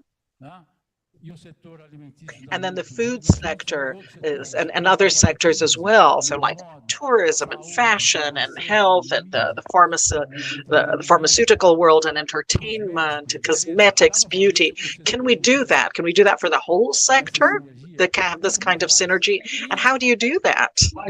And more than that, can we do it per country? Can the country have this? Can it have this synergy? And if we are talking about Islamic countries, some of them have this. So it is just ESG and halal together. So a question just to start off with, you don't need to answer the question, but just something to think about as the focus. So I would like to start our presentations. And Sula's going to make her presentation. Sula is the technical director of ABPA. Good morning, everyone. I would like to greet the whole leadership of the Arab Chamber, FAMBRAS, the associates of ABPA, my leader, Ricardo Sanchin, my colleague, Ruiz, everybody who is here in this very important moment to remember the clear relationship and of halal with ESG. Many times we talk about or we understand that these are synonyms, ESG and sustainability. In fact, They're very similar. They are going for the same objective, but the motivations are different. Just to bring in the concept, everybody knows what sustainability is, and this is what looks for local development without harming the future development. It is a structure, it's an internal structure, so being sustainable directs the investment that the company is going to make, the time, so it's going to be directed according to the objectives of being sustainable. So ESG is already an external look. It is a look of those who have an analysis of what the initiative of organization is. So in a way, it's a metric. And of course, we have some things that are associated, but sustainability is the motivation that an organization has, a country has, or any institution. And ESG is the reported result. So communication is going to bring the answers to this, and ESG as well. And we have to talk about Brazil and sustainability inside the food production system and the production of poultry. And we cannot think about economic development, and it's not possible not to think of ESG in all this. And the first exports, Brazilian exports of poultry, were for countries in the Middle East. And in a way, we had the consolidation of the poultry in Brazil in the international market. Although sustainability was born in discussing the environment, and many times we only think about the environmental aspect, the environment is only one of the pillars of sustainability. It's very important, of course, but it does not exist by itself, because sustainability talks about a tripod that looks at a social and political aspect as well. So one does not exist without the other. So although the environment, we take it very seriously, there is no way of talking about sustainability when you don't have social and economic development. And that's why we have the participation of Brazil in the international market. And with the intrinsic relationship with the Islamic markets, there is important social and economic development for ESG. Brazil is one of the greatest players in terms of animal protein, especially because of the availability of addressing different markets. And this also has to do with sustainability, flexibility and variety in the market. And this is beyond the basic sanitation needs. There's also the cultural issues, the preference of the consumers, and it's also the greatest producer of beef and poultry in the world. We are also the greatest exporters of a protein that does not have religious limitations or cultural limitations, and nutritional as well. So it's a protein that is perfect to be able to address the requirements and to address the need for food in the world. And the halal food, the halal product, is not only associated to the spiritual aspect or the religious aspect, the purity of the food, making it valid, but also in the physical aspect. So many of the halal requirements are based on science, and they find a basis to be able to provide the standard of quality. And these are demands not only for Islamic markets, but for all markets. And when the company is able to produce a halal product, they are better able to remain in the market. So economic development, and of course we're talking about all the basic issues in terms of the environment and production made with quality. They are involved in this whole process of the halal products. And therefore, this is one of the reasons why Brazil is one of the greatest producers and the greatest exporter of animal protein in the world. And that's why we are a great player in the market, and we have complementary production in some countries. And this is just showing our destinations. The main destinations are from the countries that have an Islamic population, and this is a great destination for our products to be able to complement consumption in these regions. And sustainability is made up of food safety. So we talk about the social aspects, but food safety is a very important aspect of sustainability and ESG. And Brazil, not only in terms of the capacity of having capillarity in the markets, but also because of its great availability of resources. It's part of the system as a producer because sustainability requires ability, capacity. So you can't become interested in becoming sustainable if you don't have the basic premise, which is the origin, the skill for the production of foods, and that's intrinsic in Brazil.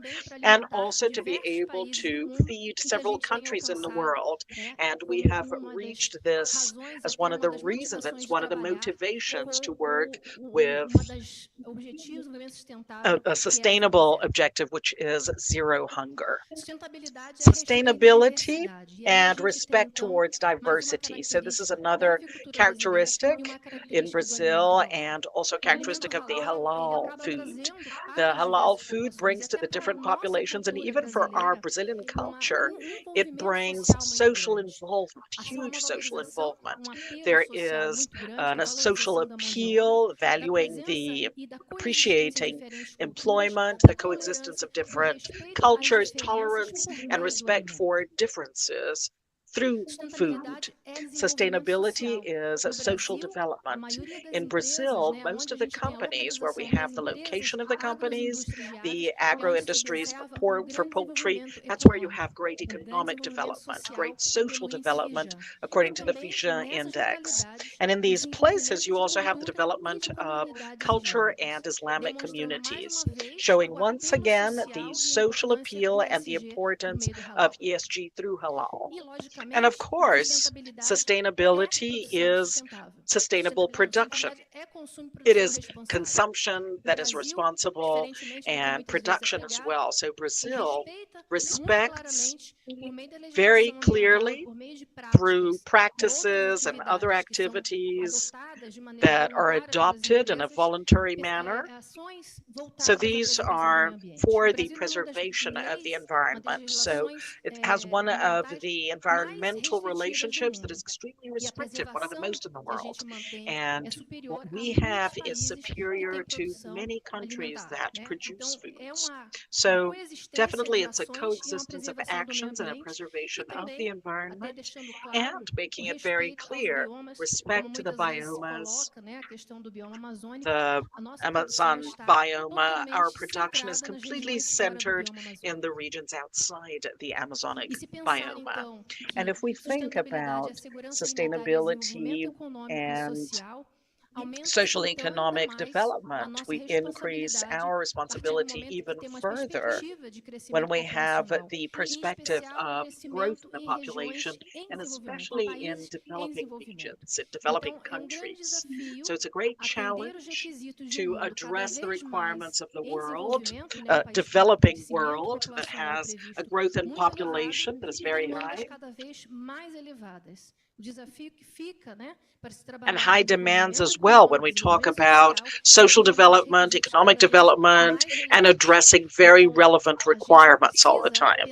So we have to think about how ESG, how sustainability, and we have to think about this as an opportunity factor. And halal from the beginning, the halal production, our exports to these countries, they have this appeal, and this is what we have to reinforce all the time. This was the message. Thank you, everyone.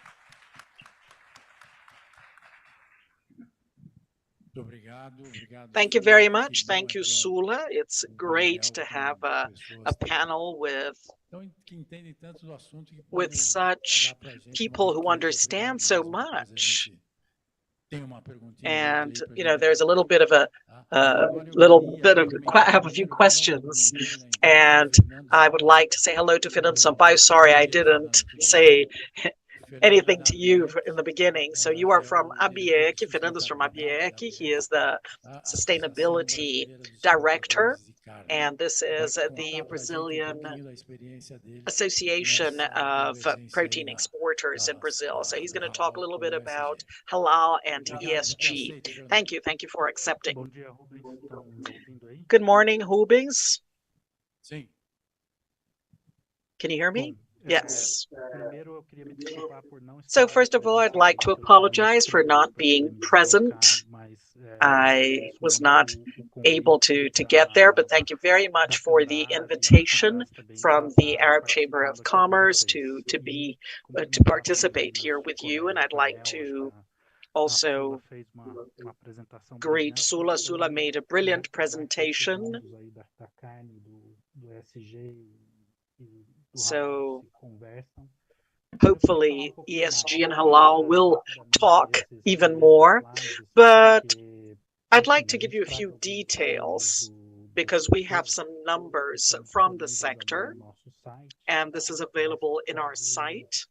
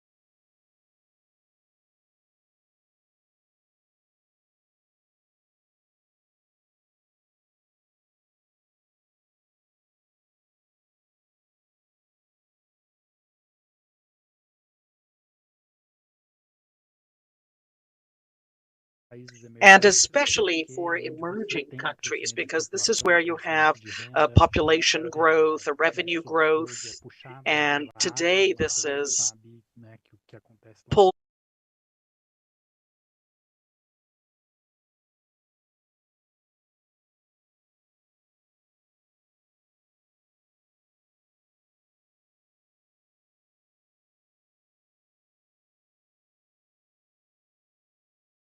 to know if we're able to address this whole demand in a sustainable manner. Next, please.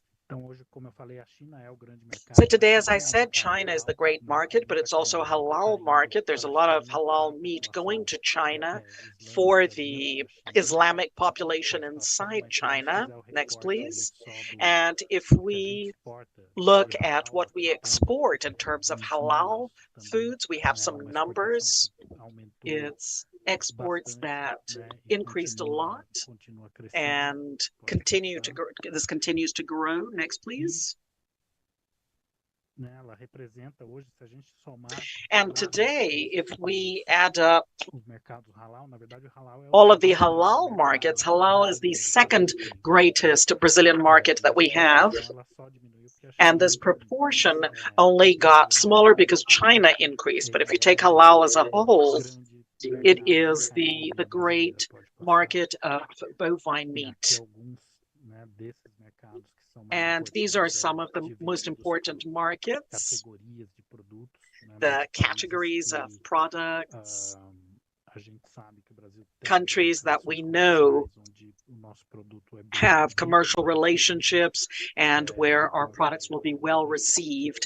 And as I said, it's a demand that with an increase in the population will increase as well. Next, please. Over here, this presentation is, these are also numbers that are available in our site. Next. So what I wanted to say is that for a long time, ABIEC was born with a function of opening up the market and developing exports. And it was always a ladder to access the market. And access always started with guaranteeing the market. So you can only access the market if you can guarantee that the product is good, and we can guarantee that through the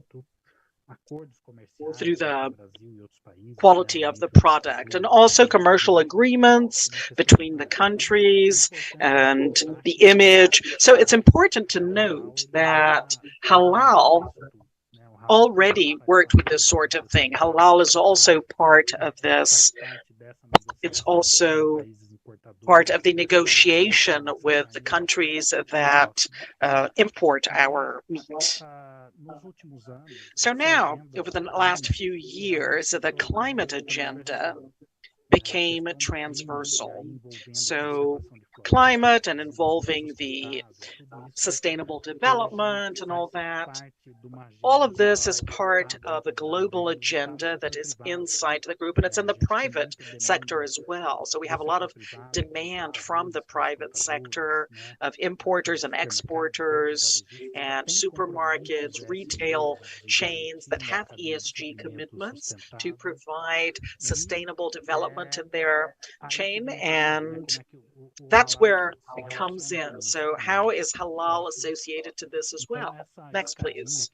So this little ladder that I showed you, it incorporates other things. So besides guaranteeing this, we also have to present environmental guarantees. I talked about the private sector, but the European Union is the first bloc that is setting rules in terms of the environment, the commercial agreements.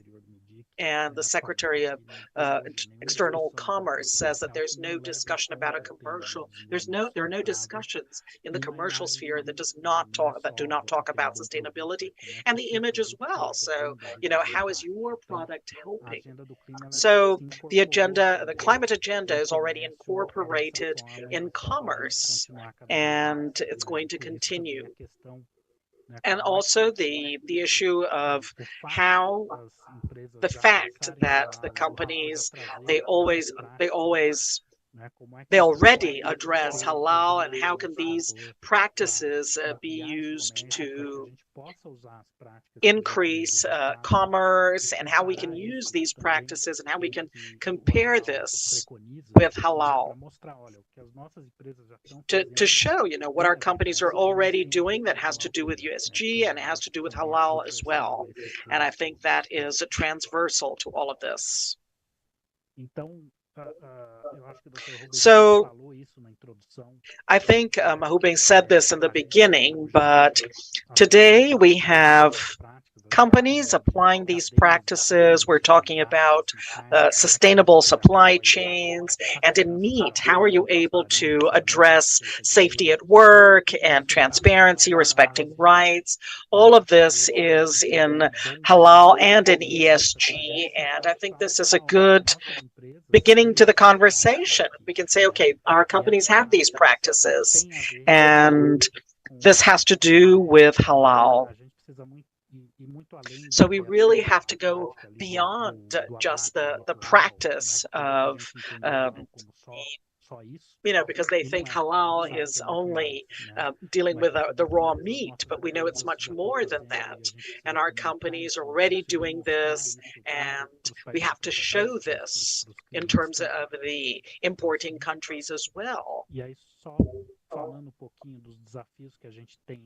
And talking about our chain over here, these are the numbers that show and how our industry has gone for this, and in the Midwest and the North as well, and talking about the challenges that we had. So our livestock is more efficient. We have reduced its impact. We are increasing productivity, and the pasture land is becoming land for agriculture, and You have more technology and best practices being incorporated in the production. And at the same time, we still have the challenge, which is the deforestation. And this is used to, this ends up in the chain, and we live with these two realities. And this is the great challenge that we have for this sustainable chain. So there are many studies about this challenge,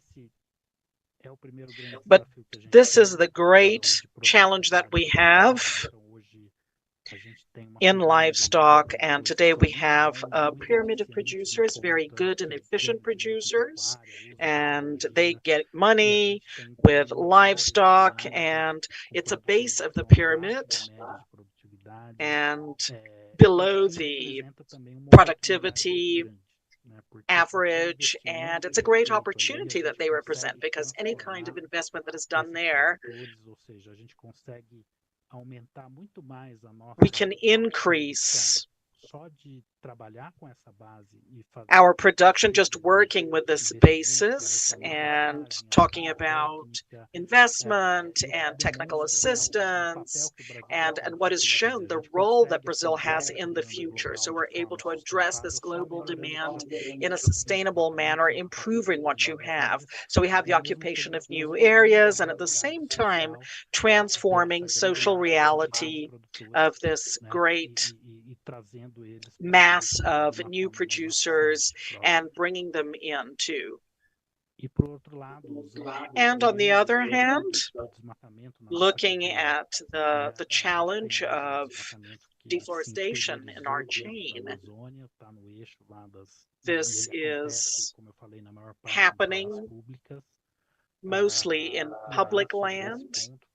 And about this, next please, we need public-private cooperation to deal with this. So this graph showed deforestation, but it shows our production and exports too. So, one thing is related to the other. We're not increasing imports or exports because we are increasing deforestation. That's not the case. The logic, we don't need this to produce or export more. We don't need this deforestation for that. And it's a very bold process.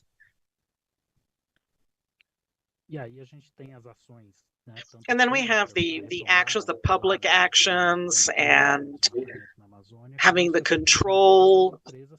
And this is where the companies have practices, not only for the protection of the environment, to control this in the chain, but also to support these producers. So to provide technical assistance, and this is being done to be able to work with a deforestation in our chain. And at the same time, we need to work to have this sustainable environment. And we have this industrial park in Brazil that is already installed. And around this industry, we have to work so that we can have a more productive livestock, and for these producers to support this inclusion. And this is what's going to bring this social enhancement. It's going to bring economic development and environmental protection as well. And finally, traceability. Next, please, which is the dorsal spine. Brazil today has great traceability, and it can guarantee what is produced. And our challenge is also how we use this traceability to be able to demonstrate that we give these environmental guarantees to the importing countries. So just to conclude,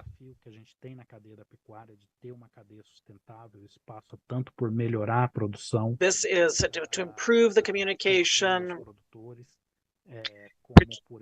producing support for the producers, and monitoring the traceability as well, so having control over this. And This is part of our practice in our countries and our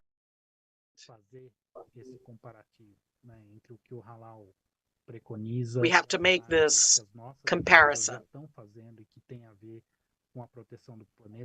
And this has to do with the protection of the planet and also bringing these producers inside social production. So we can work on this together, we can have this sort of interaction and show the opportunities. And working on this image. It's not only talking about the slaughtering, but also the practices that are part of it. Thank you.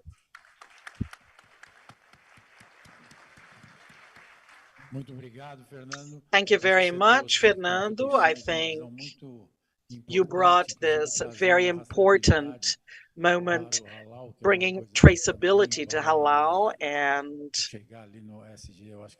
in ESG. I think we can do this, but let us listen to Leonel.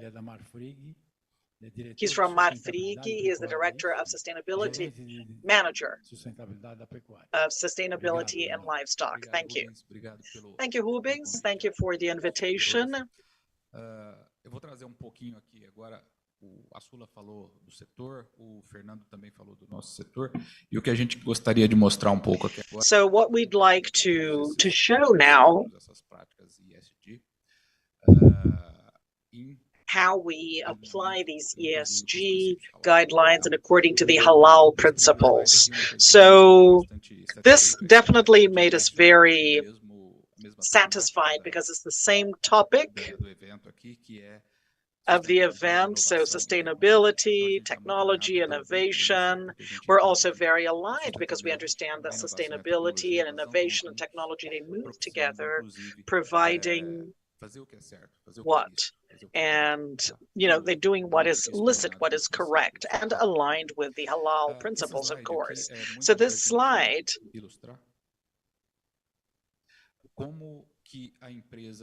so how does the company apply these concepts and criteria in practice?